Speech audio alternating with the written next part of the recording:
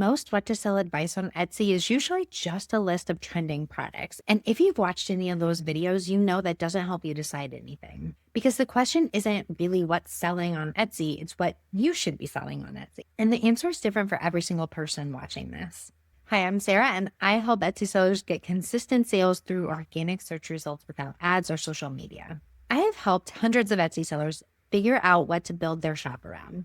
And today I'm walking you through how beginners should actually be making this decision. There are 3 things that you need to guide this choice. And if you skip any one of these 3, you're going to spend a lot of time and money on a product line that doesn't work, burns you out, or both.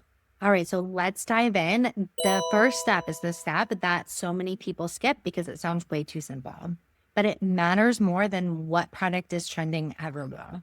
If you don't genuinely love what you make, you are never going to last long enough on Etsy to see results. Etsy is not a get-rich-quick platform. It takes time to build authority in search, to get reviews, and to dial in your listings. That timeline requires staying power, and staying power requires you to like what you do. And then the other side of this is that you have to actually know something about the people you're making your products for. If you sell wedding stationery, but you have no connection to that process, you've never planned a wedding or helped somebody plan a wedding, and you don't know what brides are actually looking for, you are going to struggle to offer something that stands out to these brides to be. You don't know the details that they obsess over. You don't know the problems that they're trying to solve. And that gap is going to show up in your listings and in your products.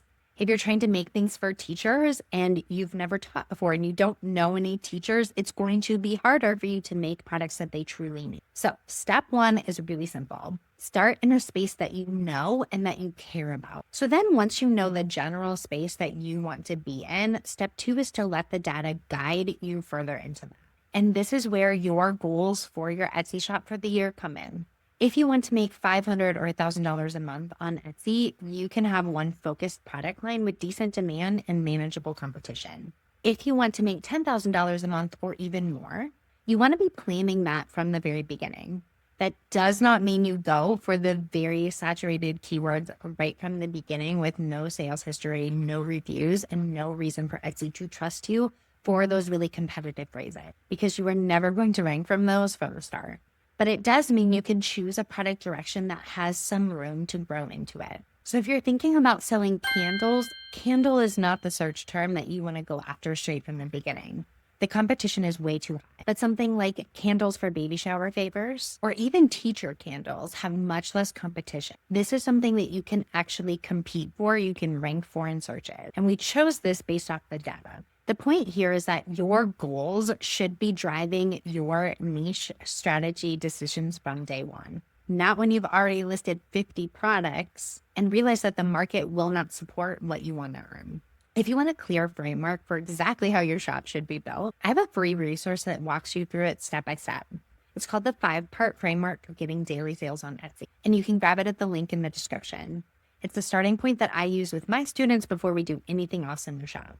The next thing I want you to decide to do in this process is to commit. And this gets sellers in trouble more often than picking the wrong product. If you don't get sales right away, it's usually not what you're selling.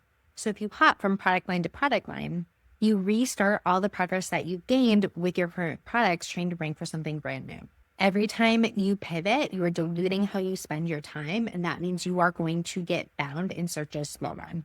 Product hopping also costs you money in ways that people don't tend to think about because you are spending time learning how to make something new. You're spending money on new supplies, maybe new shipping materials because what you're making ships differently. You have to learn how to photograph a new product. So you're not just losing time, but you're losing profit too. And that's all before a single sale comes in. So the sellers who build real consistent income on Etsy are the ones who picked a product, who committed to it, who stuck with it. Now, that is not exciting advice, but it works. So if you're going to make this choice, make it with intention. Make this choice based off what you actually want to make, what the data supports, and what your goals require, and then commit. So when you put all 3 of these things together, you stop making decisions based off what somebody in some Facebook group told you was selling right now. And you make the decision of what to sell and what to focus on based off what's actually sustainable for you, what you love, what the data supports, what your goals require. That's your framework. Okay, so now I'd love to know where you're at with this. Drop a comment and tell me what you're thinking about selling. Or if you already have a shop, tell me what you started with and if you're still selling it now. And if you haven't grabbed my free framework yet, the link is in the description. It's the 5-part framework for getting daily sales on Etsy, and it walks you through the foundation that your shop needs before you start making sales. If this video helped you decide what to sell on Etsy, the next one you're going to watch is SEO Basics for Beginners. It's going to teach you all about the algorithm and how you get found in Etsy search. That's the most sustainable way to get consistent traffic and sales without having to promote on social media or spend a bunch of money on